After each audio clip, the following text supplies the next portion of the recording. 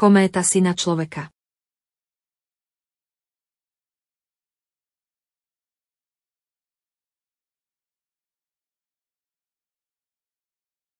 Čítanie z knihy Večné zákony, 1. diel.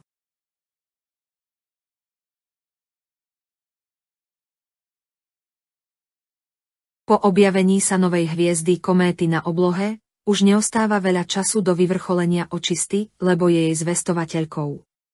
Tí, ktorí sa budú usilovať o duchovný rast, pod jej vplyvom pochopia omyly a nejasnosti vo všetkých oblastiach života.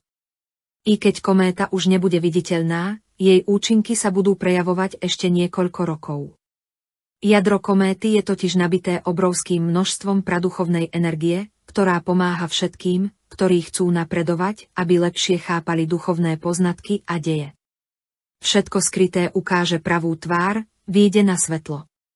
Jej účinkom sa rozuzlia nesprávne názory a hodnoty, čím sa uvoľní cesta k pravde. Všetky doterajšie falošné idei a duchovné smery padnú. Jej navonok neviditeľné ohnivé lúče spôsobia zostrenie, zosilnenie dobra aj zla. Oba extrémy sa pod jej vplyvom vystupňujú až do maxima. Zlo sa samo odhalí a zlikviduje, kým dobro sa posilní. Kométa svojím duchovným vplyvom urýchli karmické očisťovanie a premôže účinky temných síl u tých, ktorí sa budú vážne usilovať o duchovný rast. Pôsobením kométy sa bude oddeľovať pravé od nepravého, rovné od krivého. Buď sa krivé narovná, alebo sa zlomí a zničí. Pravda začne víťaziť. Avšak predtým vzrastie utrpenie všetkého druhu, do beznádeje. Podľa vyžarovaní jednotlivých ľudí bude hviezda svojimi ohnivými lúčmi spôsobovať rozklad, alebo naopak, zamedzovať mu. Keďže ju riadia inteligentné praduchovné bytosti, jej lúče majú nerovnakú intenzitu, od miernych, liečivých a duchovne povzbudivých účinkov až po neznesiteľne spaľujúce a ničiace. Popri duchovnej pomoci plní kométa aj očistnú funkciu. Urýchli už začatý rozkladný proces planéty formou prírodných katastrof, spôsobí dvíhanie vodných hladín, ale aj opačné úkazy, horúčavy, spaľujúce suchá a vysávanie vody, tiež vetry, búrky, výchrice a zemetrasenia.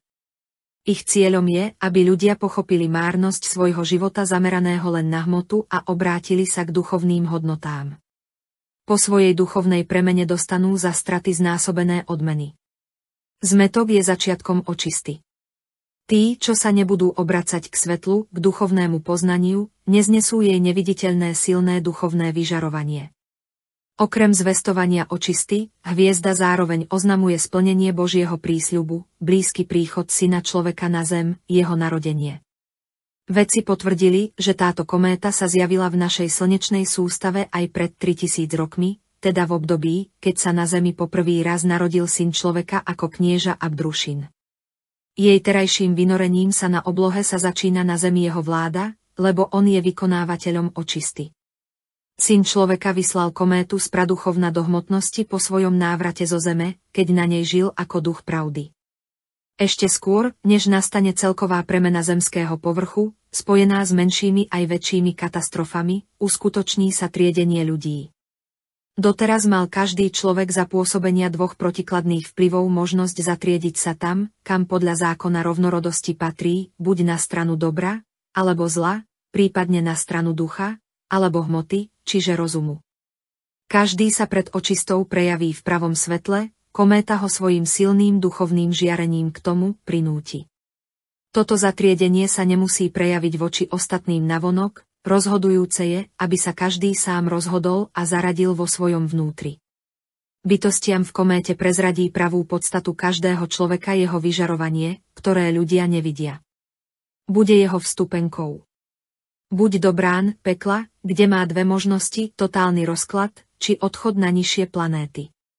Alebo bude vstupenkou do brán, raja, čo bude znamenať odchod do duchovnej ríše prirodzenou smrťou, prípadne prežitie vo vyvolenom národe. Kto sa bude vyhýbať zadeleniu, či už z pohodlnosti, zo strachu, z nedostatku času alebo z iného dôvodu, bude zaradený medzi vylúčených, pretože nevyužil zákon o slobodnej vôli a nerozhodol sa sám.